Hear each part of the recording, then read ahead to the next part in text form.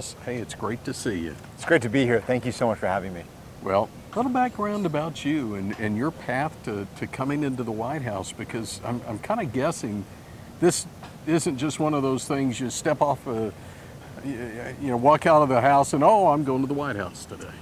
Well, I've worked in both government and in the private sector over the last, well, I shouldn't say too many years, 27 years of working both on the financial side and the actual business side of the energy markets, as well as on foreign policy, national security, and how to really blend those two things together. And when President Biden was vice president, I worked very closely with him, traveled around the world with him on some of these issues. And well, last August, he asked me to come back. Let's talk about probably what's top of mind right now. And we've seen inflation, but we've heard that it's been driven by, in part, food and energy prices. And obviously we see that at the pump, but what are we seeing today compared to what we were seeing? So just a few weeks ago, since the war in Ukraine, even just before the war in Ukraine started, when the forces started amassing, Putin's forces around Ukraine, we started seeing everybody freaking out in the oil markets and gasoline markets and increasing the prices, and they were going up a lot. And the president took a number of steps that, unfortunately, in the energy world, when you take a step today, you don't see the results right away. It takes time for that to mature. So a few weeks ago, I would say gasoline was averaging around $5. I think it peaked at around $5.05, and diesel was significantly higher than that.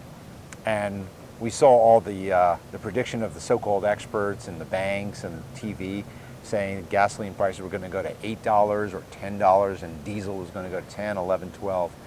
And instead, what we've seen is oil prices have come down from a peak of about $125, $122. Today, we're at about 95. So that's a significant reduction. In fact, it's the fastest gasoline prices have come down in over a decade. Diesel's coming down not as fast as gasoline, but it is coming down quite a bit.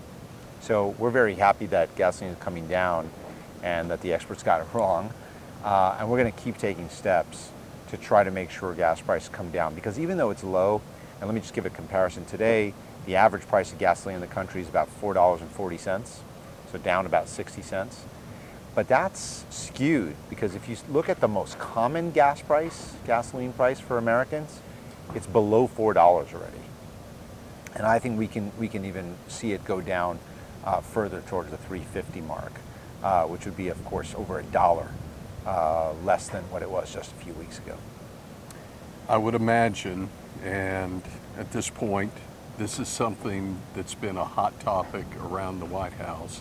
And I would imagine you've had quite a few people coming in and trying to keep working that plan.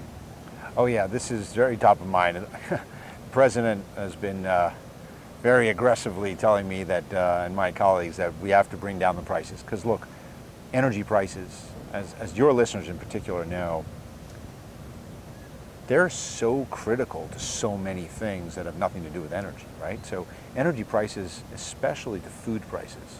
And consumers need to understand that when we talk about energy prices, we're not a farm to table. We're a farm to a truck to a table. So everything that people around the country see in their supermarkets at one point was on a truck that had to fill up a lot of diesel and a lot of gasoline to get there. So when we bring these prices down, it's going to affect food prices. But I would take even a step further. Every farmer knows that you're using tractors, and tractors use diesel, and diesel is expensive. And so when the cost, and you're using fertilizer, and the input price for fertilizer oftentimes is natural gas and other things that are expensive right now. So these affect the farming and cattle, and it affects the truck, and then it finds itself into the supermarket, not just at the pump. So the president has been really aggressively pushing us to bring it down. In fact, we just had a meeting at the White House just a little while ago, where a few of us, his economic team and his energy team, talking to him, briefing him. He has COVID, and so we were all in one room, and he was on the screen. But he said these prices are falling, not falling fast enough. So we want to see oil companies and refineries not taking as much profit. We want them to use some of the extraordinary profits they have to put that back in the ground, drill more, bring more production on the market, invest more in refineries so that not just gasoline but diesel can come down a lot faster, and so that the consumers can get better prices. And that's what we're focused on. As we look further down the road, and obviously right now is where you have to be focused, but I already know you're looking months down the road, years down the road.